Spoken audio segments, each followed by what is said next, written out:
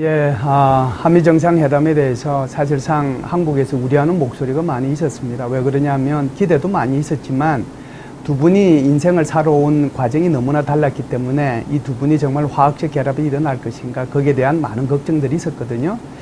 사실상 우리가 아시다시피 우리 문재인 대통령께서는 여태껏 세상을 살아온 것이 인권 변호사로서 세상을 살아오지 않았습니까? 그렇기 때문에 인권이라고 하는 가치를 자기 삶의 중심에 두고 세상을 살아오신 분이고요. 트럼프 대통령 같은 경우에는 이 부동산을 통해 가지고 재벌이 된 사람이잖아요. 그러니까 자신의 삶의 중심이 돈이라는 것이 있습니다. 그래서 한 분은 인권이라는 가치의 중심을 두고 세상을 살아오셨고요. 한 분은 부동산이라는 개발을 통해서 돈의 가치를 두고 세상을 살아왔기 때문에 두 분이 정말 이 정상회담이 잘 이루어질 것인가 거기에 대한 우려가 많이 있었죠. 그런데 트럼프 대통령이 이러한 우려를 한마디로 정리를 해 줬습니다. 그게 바로 Great Chemistry라고 얘기했거든요. 그러니까 위대한 화학적 결합이 일어났다 이런 얘기입니다. 이제 그 말의 의미는 바로 그렇게 세상을 다르게 살아왔던 사람이 사실상 둘이서 얘기를 해보니까 여러 가지로 마음이 통하는 것이 많았다는 것을 의미하는 거거든요. 그런 면에서 보면 굉장히 성공적인 그런 한미 정상회담이었다라고 보고요. 또 하나는 이제 이런 거였죠. 사실상 우리 대통령께서 대통령 되신 지 이제 한 50일 좀 지나지 않았습니까? 그런데 이런 과정 속에서 쌓던 문제를 통해 가지고 또 우리는 이런 진보 정부가 들어서서 미국 입장에서 보면 미국의 정부, 미국의 의회, 미국의 전문가, 소위 말하는 미국의 조야에서 한국 정부에 대한 많은 의구심을 가지고 또 걱정을 많이 했는데요.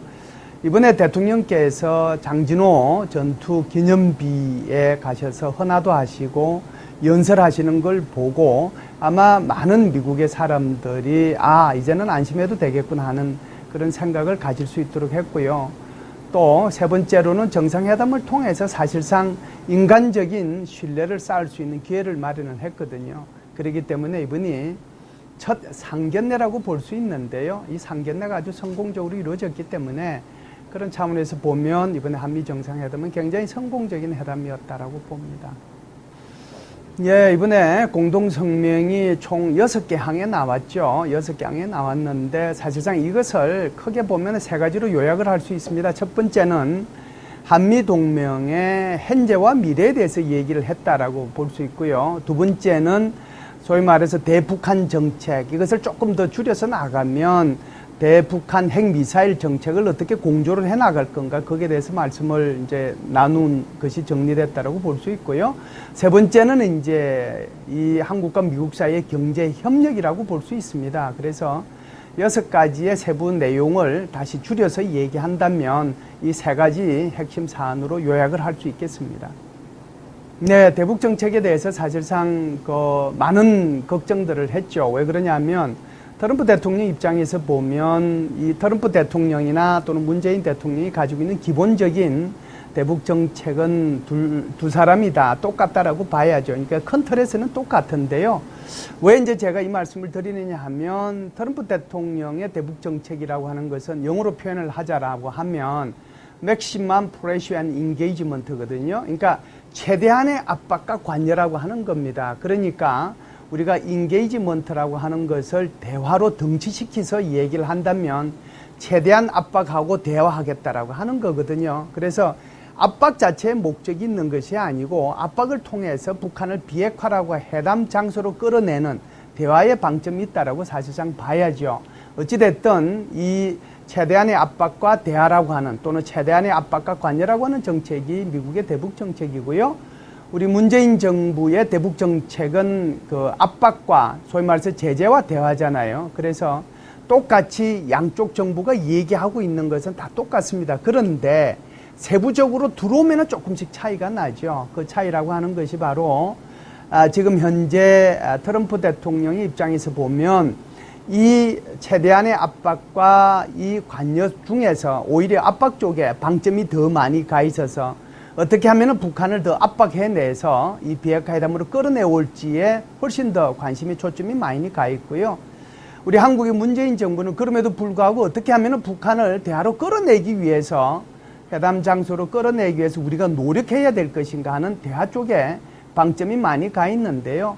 여기서 보면은 이제 조금 차이가 있을 수 있다고 보는데, 문제는 이것을 누가 주도해서 이끌어 나가느냐 하는 것이 문제가 되지 않겠어요? 사실상 우리 한국 정부는 지난 한 7개월 동안에 외교 공백이 있었다라고 해도 과언이 아닙니다. 소위 말하는 이 북한 문제에 대해서 오히려 한국이 빠져버리고 미국이 주인이 되고 미국과 중국, 미국과 일본 이런 상태로 해서 북한 문제가 논의되어 왔는데요. 이제는 이런 정상회담을 통해서 한국이 오히려 운전석에 앉고 이 미국이 뒷좌석이나 또는 조수석에 앉아서 같이 이 대북 정책을 끌어나갈 수 있는 그런 기틀을 마련했다. 이것이 이제 가장 큰 의미가 있는 거라고 볼 수가 있겠지요. 예, 방위비 분담금 문제도요. 또다시 우리는 이제 트럼프 대통령 인식 속으로 들어가 봐야 되는데요. 트럼프 대통령은 다시 미국이 1945년도에 수없이 많은 나라들하고 이렇게 동맹을 맺었지 않습니까? 바로 우리 한국하고 한미 동맹뿐만 아니라 미일 동맹도 있고 뭐 미국 필리핀 동맹도 있고 또 미국하고 제일 큰 동맹이 바로 북대서양 조약기구라고 하는 나토도 있지 않습니까? 이게 28개 국가가 돼 있거든요. 그런데요, 트럼프 대통령의 인식도 이래요.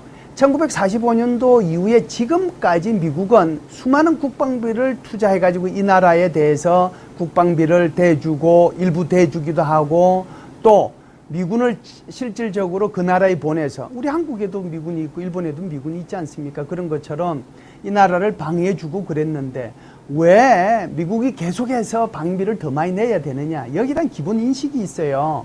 그래서 이런 생각을 합니다.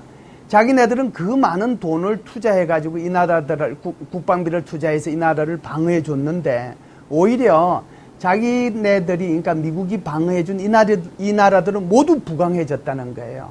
국경도 튼튼해졌고 그런데 상대적으로 미국의 국경은 오히려 불안해졌고 미국의 군사력은 피폐해졌다는 겁니다. 그래서 그런 차원에서 보면 앞으로 이 방위비 분담금 문제도 우리가 사실상 여러 가지로 뭐 미국하고 얘기해야 될 거는 굉장히 많이 있습니다. 또 굉장히 많이 분담하고 있는 것도 많고요. 제가 여기서 오늘 일일이 하나하나는 다 말씀을 안 드려도 시간적으로 충분히 여유가 있기 때문에 준비를 잘하면 오히려 방위비 분담금 문제에 대해서도 한국이 전 세계에서 가장 모범적인 국가다 이런 얘기가 오히려 미국 쪽에서도 나올 수 있기 때문에 우리가 준비를 어떻게 하느냐에 따라서 그 결과는 달라질 수 있다라고 봅니다. 예, 전자권 전환 문제는요, 사실상 지금, 조건에 기초한 전자권 전환이었지 않습니까? 그전에는 시한에 기초한 전자권 전환이었거든요. 그래서 2012년, 2015년 이렇게 해서 못을 박았었는데요. 사실상 지난번 정부인 박근혜 정부가 들어서면서 시한에 의한 전자권 전환보다는 조건에 의한 전자권 전환이 바람직하겠다라고 해서 바꿨습니다. 그 조건이라고 하는 것이 크게 보면 세 가지인데요. 첫 번째가 바로 한국의 연합 방위 기획 능력이 얼마나 되는가. 그리고 두 번째는 북한의 WMD에 대응할 수 있는 초기 한국의 군사력이 얼마나 되느냐. 세 번째는 한반도를 포함해서 주변 정세가 얼마나 안정적으로 되어 있는가. 이 세 가지 조건을 보고 전자권을 전환하는 것으로 일단 결정을 했습니다. 그럼에도 불구하고 지금 우리 대통령께서는 이 전자권 전환을 자주국방의 차원에서 바라보고 있기 때문에 조금 빨리 전자권이 전환이 됐으면 좋겠다라는 생각을 갖고 계시고요. 그래서 이번에 공동성명에 조기에 전자권 전환 문제가 등장을 했고요. 그런 차원에서 본다면 우리 대통령 임기가 끝나기 전에 전자권의 전환 가능성이 있다라고 봅니다. 그러려고 하면 향후 5년 동안에 78조 원을 들여서 소위 말해서 3K라고 하는 킬체인, KAMD, KMPR 이러한 전략들을 구사하는 데 필요한 수단들을 확보하기 위해서 돈을 투자하게 될 텐데요. 대통령께서 스스로 말씀을 하셨습니다. 앞으로 국방비 8% 연 이렇게 올리겠다라고 말씀을 하셨기 때문에 이런 식으로 계속 투자가 된다라고 하면 정말 2020년대 초에 우리는 전자권을 전환받을 수도 있지 않겠는가 생각을 합니다. 예, 사드 문제는요, 사실상 대통령께서 한미 정상회담 하기 전에 미국의 유명한 언론사들, 뭐 테레비 또는 뭐 통신사, 신문사 세 군데하고 사실상 그 인터뷰 하시지 않았습니까? 청와대에서. 인터뷰할 때 이미 다 말씀을 하셨습니다. 말씀을 하셔서 사실상 뭐 사드 이렇게 우리가 환경 영향 평가하려고 하는 것은 한국의 국내법 절차에 따르는 것이지 사드 자체를 배치를 안 하려고 하는 게 아니다라고 미리 말씀을 하셨기 때문에 사실상 이 부분은 많이 누그러뜨렸다라고 보고요. 또 두 번째는 미국의 의회에 가서 하원 또 상원 의원들을 만나면서도 이 사드 재배치 문제에 대해서 여러분들이 걱정할 필요 없다라고 말씀을 하셨기 때문에 굳이 이 문제가 한미 정상회담의 주요 의제로 나올 필요가 없었다라고 봅니다. 그래서 아마 이 부분이 빠졌을 거라고 생각을 합니다.